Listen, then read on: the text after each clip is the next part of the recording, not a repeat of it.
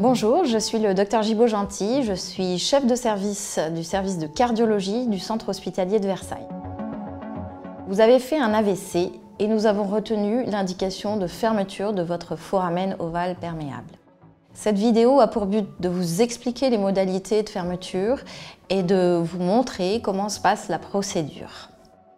On prend en charge ici dans notre service les patients qui ont une attaque cérébrale et notamment quand l'artère se bouche, ce qu'on appelle un infarctus cérébral. On regarde si les artères sont encrassées, ce qu'on appelle nous scientifiquement l'athérome, qui est une des causes principales de l'AVC, s'il y a de l'arythmie du cœur, qui est la deuxième cause principale. Et depuis 2017-2018, grâce à plusieurs travaux dans plusieurs pays du monde, on a pu trouver qu'il y a une cause fréquente finalement d'accident vasculaire cérébral avec occlusion artérielle chez le patient de moins de 60 ans, qui est ce qu'on appelle le foramen ovale perméable. Le FOP, c'est ce qui permet pendant la vie fœtale la circulation du sang entre l'oreillette droite et l'oreillette gauche. Dans 80% des cas, le FOP se ferme dans les mois qui suivent la naissance, mais pour une personne sur 5, il reste perméable. Le FOP n'est pas en lui-même pathologique, mais lorsque l'on établit un lien entre celui-ci et l'AVC que vous avez fait, on propose de le fermer pour éviter une récidive. Car en effet, si un caillot de sang passe à travers le FOP, il peut emboliser dans une artère cérébrale et donc être responsable d'un AVC.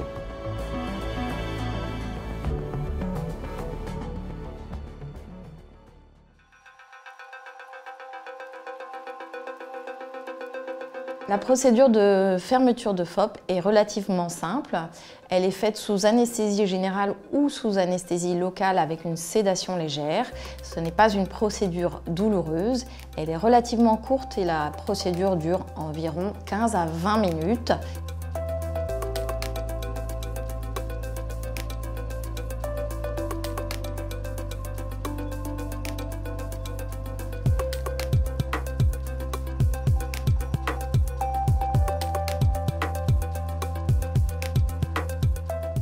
La première étape, c'est la ponction de la veine fémorale, donc au niveau du pli de l'aine. On va mettre en place, sous contrôle de l'échographie, un petit introducteur dans la veine qui va nous permettre d'accéder au cœur.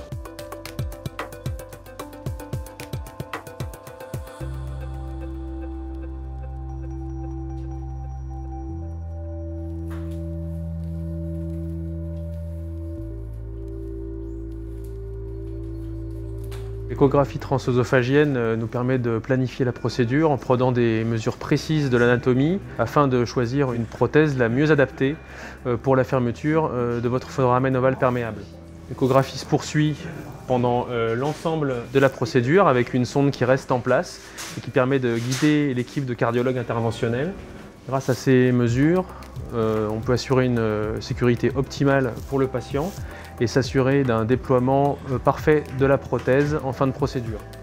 Donc la prochaine étape va être de franchir le FOP avec l'aide d'un guide. Évidemment, le franchissement se fait sous contrôle de l'échographie transœsophagienne. Donc on place le guide dans la veine pulmonaire supérieure gauche.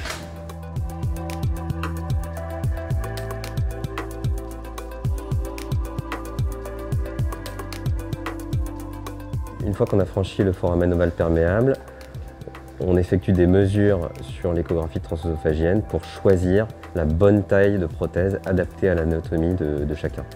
Une fois qu'on a choisi la prothèse, on prépare la gaine qui va nous permettre d'acheminer la prothèse jusque dans l'oreillette gauche.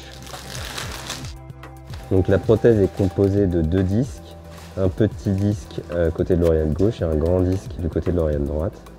Les 2 disques vont enserrer le FOP pour le fermer. Donc on commence par déployer le disque gauche, ensuite on le plaque contre le foramen ovale perméable et ensuite on libère le disque droit.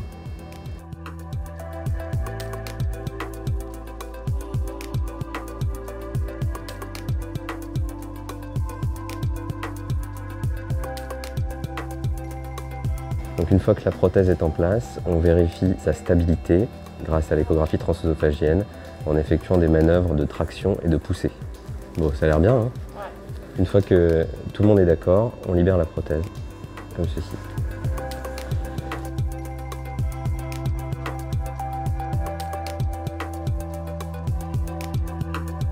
Après l'intervention, vous serez surveillé en salle de réveil, puis dans votre chambre avec un pansement compressif au niveau du pli de l'aine. On réalisera dans les suites une échographie classique pour surveiller la moindre complication.